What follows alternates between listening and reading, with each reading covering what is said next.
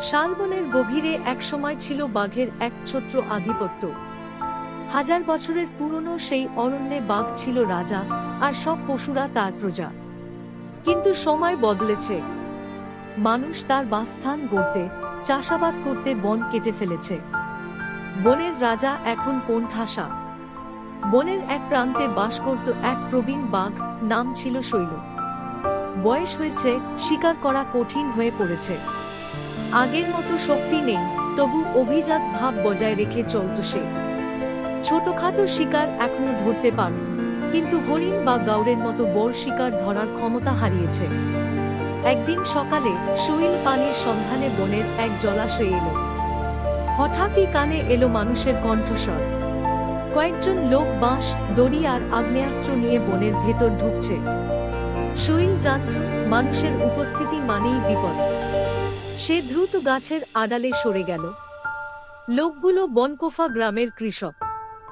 সম্প্রতি তাদের গরু ও ছাগল হারিয়ে যাচ্ছে। তারা মনে করেছিল নিশ্চয় কোনো বাঘ ভালুক এই কাজ করছে, তাই তারা এসেছে ফাঁদ পেতে বাঘ ধরতে।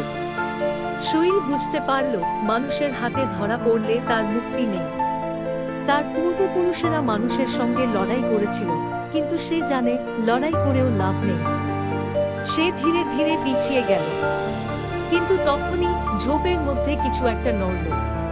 ছোট্ট এক বাঘের বাচ্চা। শৈল থমকে গেল। কাছেই আরেকটি বাঘিনী পড়ে আছে, নিঃশ্বাস নেই। তার শরীরে ক্ষতচিহ্ন, সম্ভবত শিকারীদের হাতে মারা গেছে। বাচ্চাটি দুর্বল, কাঁপছে ভয়ে। শৈলের বুক কেঁপে উঠল।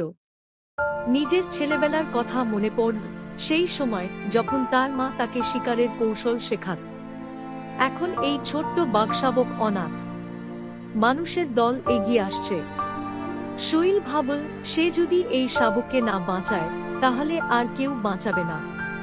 সে নিজের সমস্ত শক্তি একত্র করল, গর্জন করে লাফিয়ে পড়ল মানুষের দলের সামনে। শিকারীরা হতভম্ব হয়ে গেল। তাদের লক্ষ্য ছিল ফাঁদ পেতে বাঘ ধরা, সরাসরি বাঘের মুখোমুখি হওয়ার জন্য প্রস্তুত ছিল না। শৈল জানত তাকে তাদের দৃষ্টি ঘোরাতে হবে।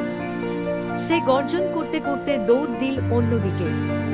শিকারীরা তার পিছু নিল। বাঘশাবকটি তখনও লুকিয়ে আছে ঝোপের মধ্যে। শৈল শিকারীদের নিয়ে আরো গভীরে চলে গেল। তারা বন্দুক তুলল, কিন্তু শৈল সরে গেল দ্রুত। সে বনের এমন পথে ছুটছিল যেখানে মানুষ সহজে চলতে পারে না। অনেকক্ষণ পর যখন শৈল বুঝল শিকারীরা তার সন্ধান হারিয়ে ফেলেছে, তখন সে ফিরতে চাইল সাপকের কাছে। কিন্তু সে ক্লান্ত, দুর্বল।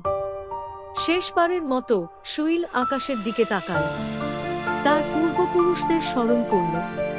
তারপর নিঃশব্দে বনের মাটিতে শুয়ে পড়ল।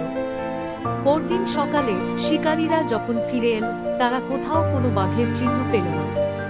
কিন্তু গভীর বনের এক কোণে ছোট্ট বাঘশাবকটি তখনও লুকিয়েছিল, অপেক্ষা করছিল তার নতুন জীবন শুরু করার জন্য।